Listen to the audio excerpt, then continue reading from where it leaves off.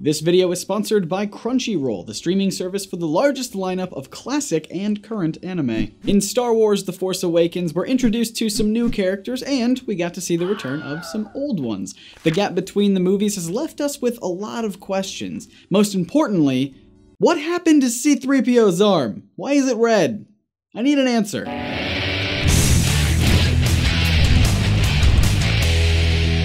In A New Hope, C-3PO debuted with a mostly golden body and one oddly silver leg, about which the movie-going audience was given absolutely no explanation. And heck, many people probably never even noticed. Anthony Daniels, the actor who portrayed the golden robot, explained that the silver shin would act like a mirror and reflect the gold off of the other leg and the sand in the desert, making it blend in rather than stand out as a way to give the character some, well, character. So in Episode VII, director J.J. Abrams decided to take things a little bit further and make it much more noticeable by giving Threepio a red arm that is impossible to miss. When Threepio first shows up in The Force Awakens, he makes a comment about his new red arm. You probably don't recognize me because of the red arm. But similar to the silver leg, we never got an explanation behind it in the movie. A cynical person might say that the only reason he has a red arm is so that they can make some new C-3PO merchandise and get some of that sweet, sweet toy money. But there is an in-continuity reason as well. We received a vague clue about this red arm in The Force Awakens visual dictionary, explaining that it's a memento of another droid's sacrifice, but that's it. Thankfully, after months of waiting and questioning and many sleepless nights staying up pondering the history and significance of the Crimson Limb, we finally have the full story in the form of a canon Star Wars comic book entitled Star Wars Special, C-3PO, the Phantom Limb, Electric Boogaloo. Also, spoilers. Spoilers for all of the things. Here's a bumper. Admiral Ackbar is captured by the First Order. It won't be long before he's interrogated and subsequently executed. Luckily, the Resistance managed to capture a First Order droid named Omri who knows the coordinates to where Ackbar is being held. Unluckily, their ship crashes, killing all of the humans and leaving only a ragtag team of droids including 2 security droids, VL-44 and PZ-99, a construction droid, C-034, a medical droid, 2-Med-2, and 2 protocol droids, Omri, the First Order prisoner, and the champ himself, C-3PO. In order to get off the planet safely and deliver Omri to the Resistance so that they may get Ackbar's location, the droids must traverse the terrain in search of a crashed First Order ship, which has the homing beacon they can use to signal for help. But the planet they land on is anything but forgiving. The indigenous, monstrous creatures start picking the team apart one by one. PZ-99 sacrifices himself, fighting off a swarm of spice spiders so the rest of the team can escape. Later, the team must cross a tar-filled swamp, so C-034, the construction droid, transforms into a raft. The team rides across. Suddenly, a devastating attack ensues by some tentacled creatures which kill 2-Med-2, sink C-034, and violently rip 3PO's left arm clean off. Immediately afterwards, a group of giant insectoid abominations attack and carry off VL-44, the last security droid. Where there were once 6 droids, now there remains only 2 protocol droids, each on opposing sides of the war. But they must work together if they hope to leave this wretched planet. Omri makes the observation that he and 3PO are the oldest of their group of droids. They each have a past. Droids get programmed and reprogrammed, their memories wiped. Perhaps the 2 of them have been on the same side before, they just don't remember. The 2 remaining droids arrive at the crashed First Order ship. They're almost home free. All they need to do is activate its homing beacon and summon help from the Resistance. However, just when you think this hellish planet has thrown everything it has at the maroon droids, it starts to rain acid. If 3PO and Omri don't find shelter soon, they will die. And even if they survive, the acid rain might destroy the beacon, trapping them on this world forever. Then, the unthinkable. Omri transfers the coordinates of Admiral Ackbar to C-3PO. He's choosing friendship instead of choosing sides. Omri goes out into the acid rain towards the downed ship to activate its beacon, sacrificing himself to save 3PO, his enemy, a droid he's despised since the beginning, even though hate isn't in his programming. The acid rain eats away at Omri, revealing a red primer, a glimpse of a past life. He tries to make it back to safety, but Omri collapses at C-3PO's feet, just as Poe Dameron and BB-8 arrive on the scene. All that Omri left behind was his red left arm, which 3PO uses to replace the one he lost. Even though it offends his aesthetic sensibilities, he keeps it, as a way of remembering the fallen droids who sacrificed themselves so C-3PO could survive and deliver the location of Admiral Ackbar for the Resistance. Until it goes back to gold at the end of the movie. Simply put, I loved this book. It humanizes droids and put Threepio at the center of a story where he's not simply used for comic relief and slapstick humor. There are a lot of challenging themes presented in this book.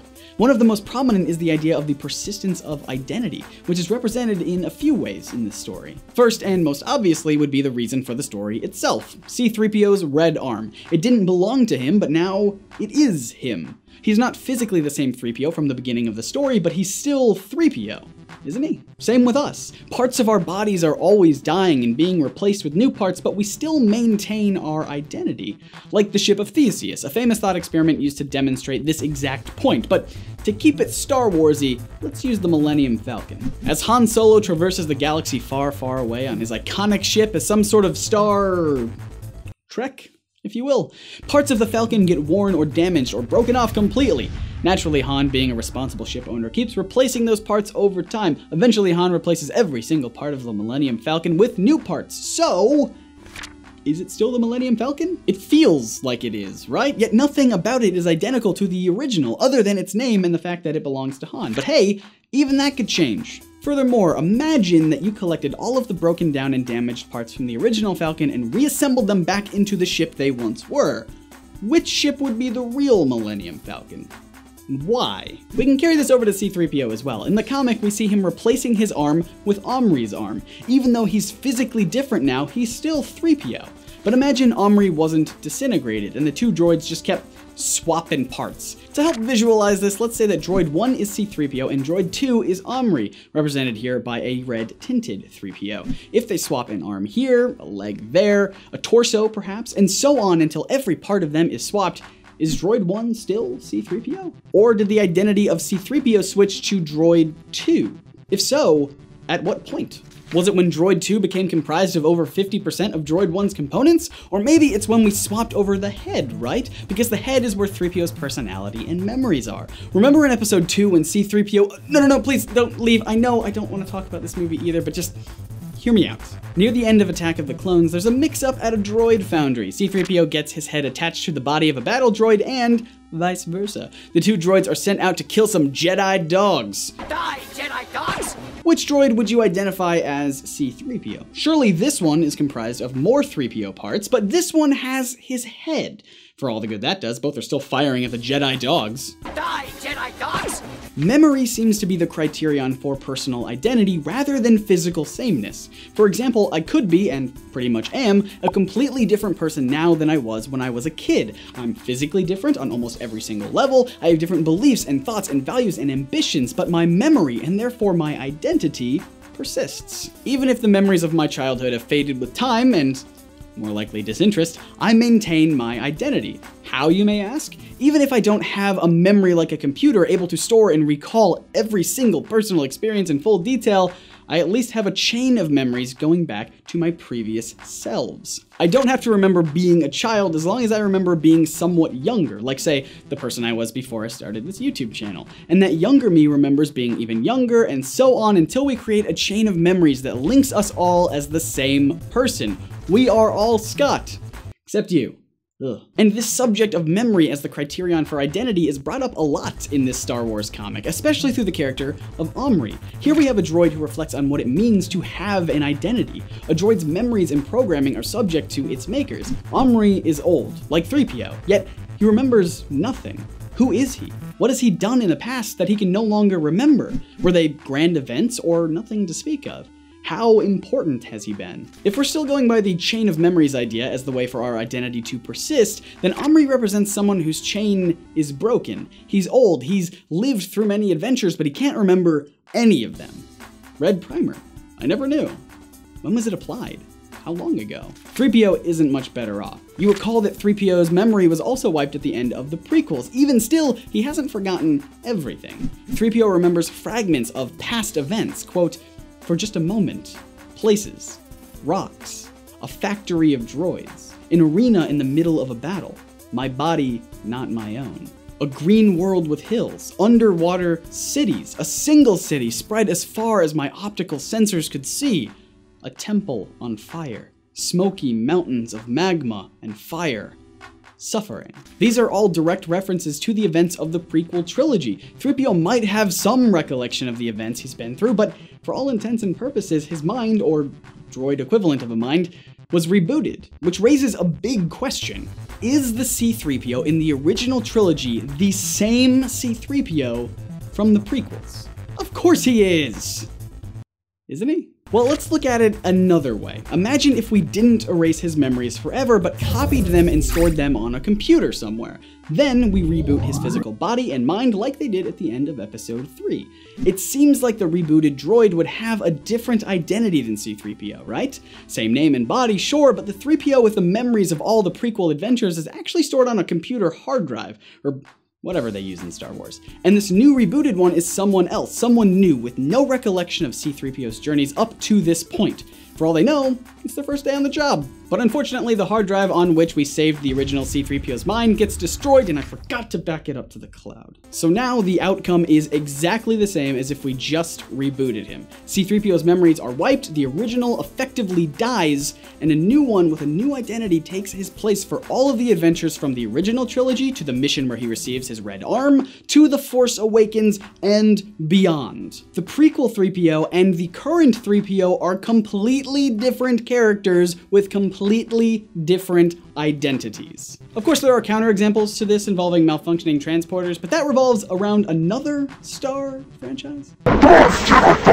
What do you think? Do you like how C-3PO's red arm was explained? And is the 3PO from The Force Awakens still the same 3PO from the prequels, even though his mind was erased and parts of him replaced? Did I almost break out into a rap right now? Let me know what you think in the comments. And if you want to hear me talk about these ideas with other people, we recorded an episode of the NerdSync podcast a while ago, but related to Cyborg instead of C-3PO. Links will be in the description. And hey, this video was sponsored by Crunchyroll, your destination for the largest, most diverse collection of anime series straight from the source. They've got classic favorites as well as the best new anime. You can even watch new episodes as soon as an hour after they air in Japan, because we both know that you're about as patient as a whiny Anakin Skywalker. She went into the club, Master.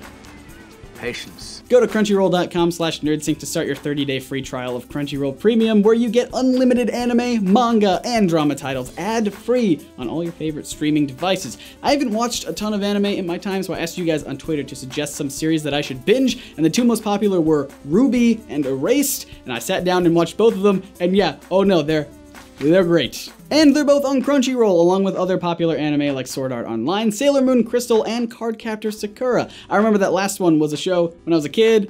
I don't remember too much about it, but it's there. I'm probably gonna watch it. Once again, that's crunchyroll.com/nerdsync to get 1 month of Crunchyroll Premium for free. And tell me more shows that I need to watch. And if you want more Star Wars videos, check out this one on how Star Wars actually saved Marvel Comics from bankruptcy. A lot of fun history behind it, and a special cameo by a goat? Click right here to find out what that's all about. And if you want some more comic book philosophy, we've got a whole playlist that you can binge watch about Batman v Superman, whether or not the Avengers are actually real, like really real, and more. Lots of interesting mind-bending stuff. You can click there, or there'll be links in the description. And make sure you hit that big sexy subscribe button so you don't miss out on all the new videos we make for you every week that explore the history, science, art, and philosophy behind your favorite comic book superheroes. My name is Scott, reminding you to read between the panels and grow smarter through comics. See ya. And buy this C-3PO comic, it's great.